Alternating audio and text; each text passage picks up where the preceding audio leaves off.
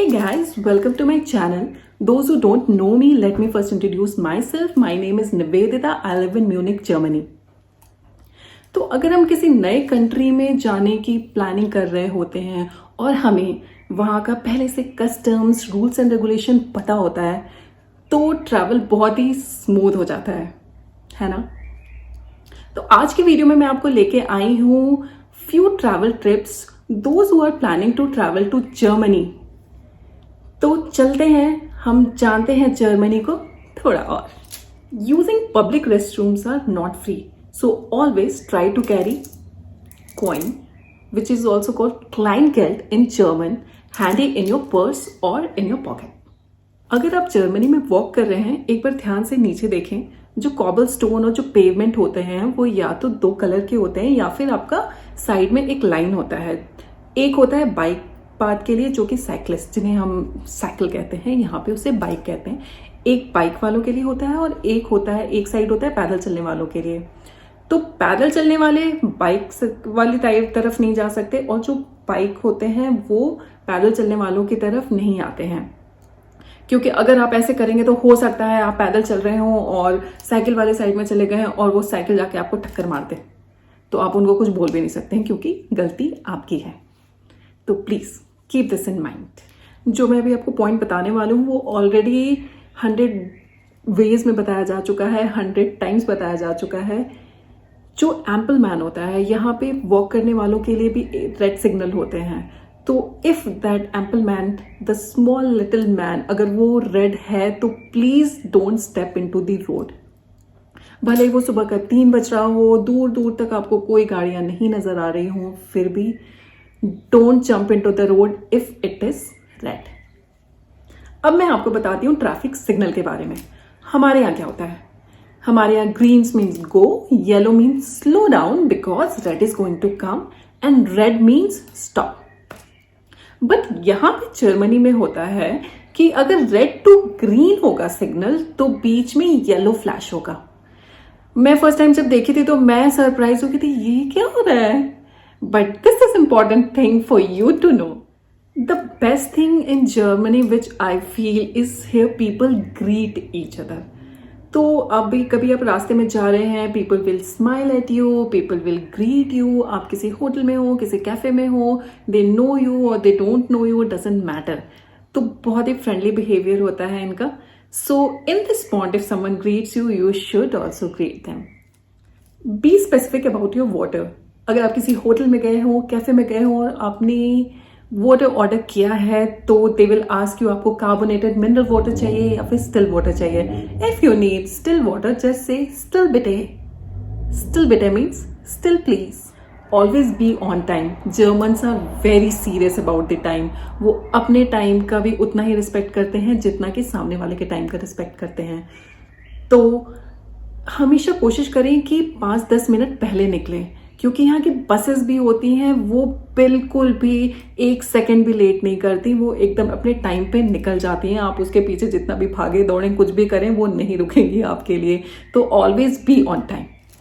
अगर आप ट्रेन से ट्रैवल कर रहे हैं तो आप ध्यान देंगे कि ट्रेन और प्लेटफॉर्म के बीच में काफ़ी गैप होता है।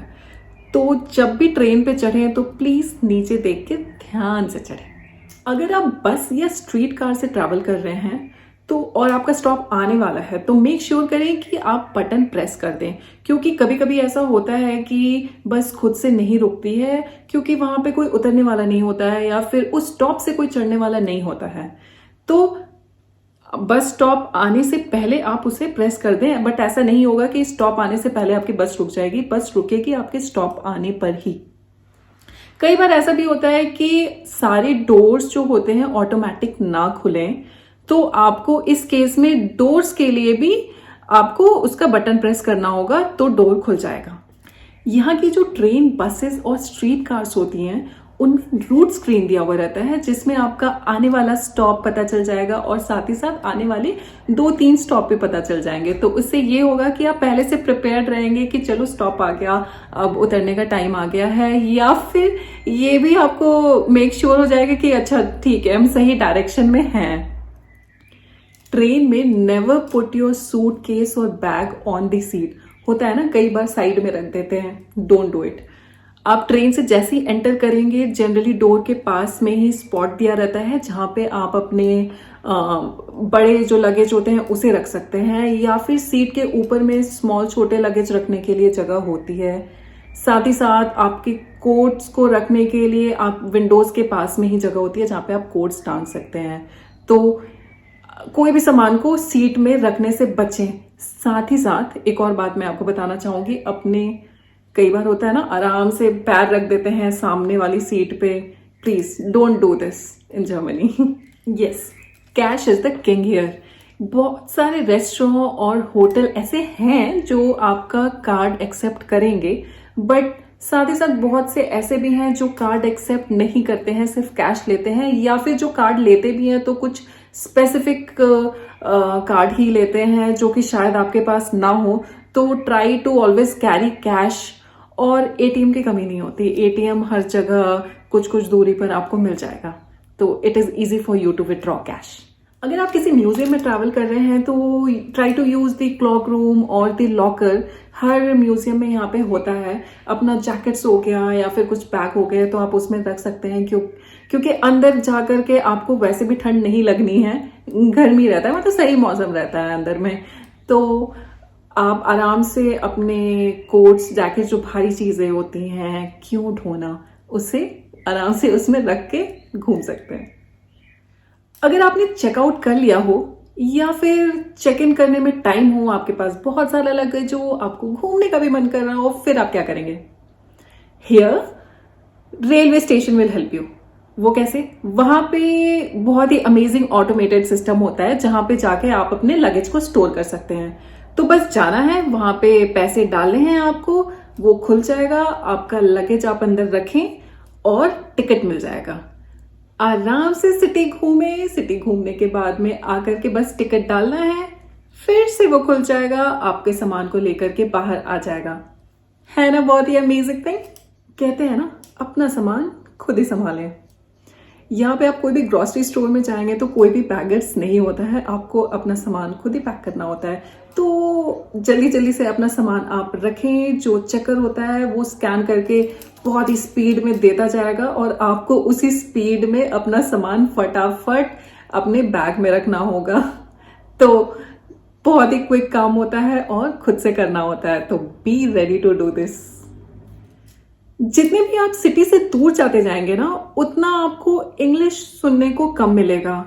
तो जितने भी अनाउंसमेंट होंगे, हर कुछ आपको जर्मन में ही सुनाई देगा। तो फिर इस केस में आपको क्या करना है, पैनिक नहीं होना है। आप अपने कंडक्टर से या फेलो पैसेंजर से अगर कुछ पूछना हो तो पूछ सकते हैं, बट मैंने तो भाई ऐसे भी एक्सपीरियंस किया है कि कंडक्टर्स को भी इंग्लिश नहीं आता है, तो उस समय गूगल ट्रांसलेटर काम करता है। तो that is your best friend here.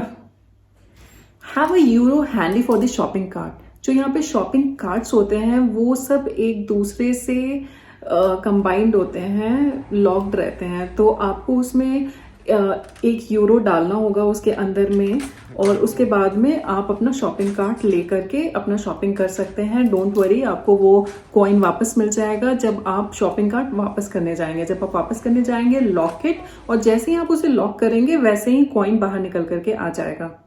अगर आप किसी ओल्ड टाउन में घूम रहे हो और आपको बहुत ज्यादा चलना हो तो इस केस में कोशिश करें कि कंफर्टेबल शूज ही पहने, क्योंकि हील्स वगैरह पहन लिया आपने या फिर कुछ अनकंफर्टेबल से जूते पहन लिए या सैंडल्स पहन लिए तो यहाँ के जो कॉबल स्टोन्स होते हैं वो डिफिकल्टी कर सकते हैं, आपको इंजरी भी हो सकती है अगर आप गिर गए तो make sure wear comfortable shoes if you have to walk more. Sunday को यहाँ पे सारे स्टोर्स बंद होते हैं, तो पहले से प्री प्लानिंग करके रखें कि सामान अपना पहले ही लेके आए। इफ इन केस अगर आपको जरूरत भी पड़े तो टेंशन की बात नहीं है। मेट्रो स्टेशन पे या फिर पेट्रोल पंप्स के पास में जो शॉप्स होते हैं वो खुले होते हैं, तो इमरजेंसी में दैट इज गुड।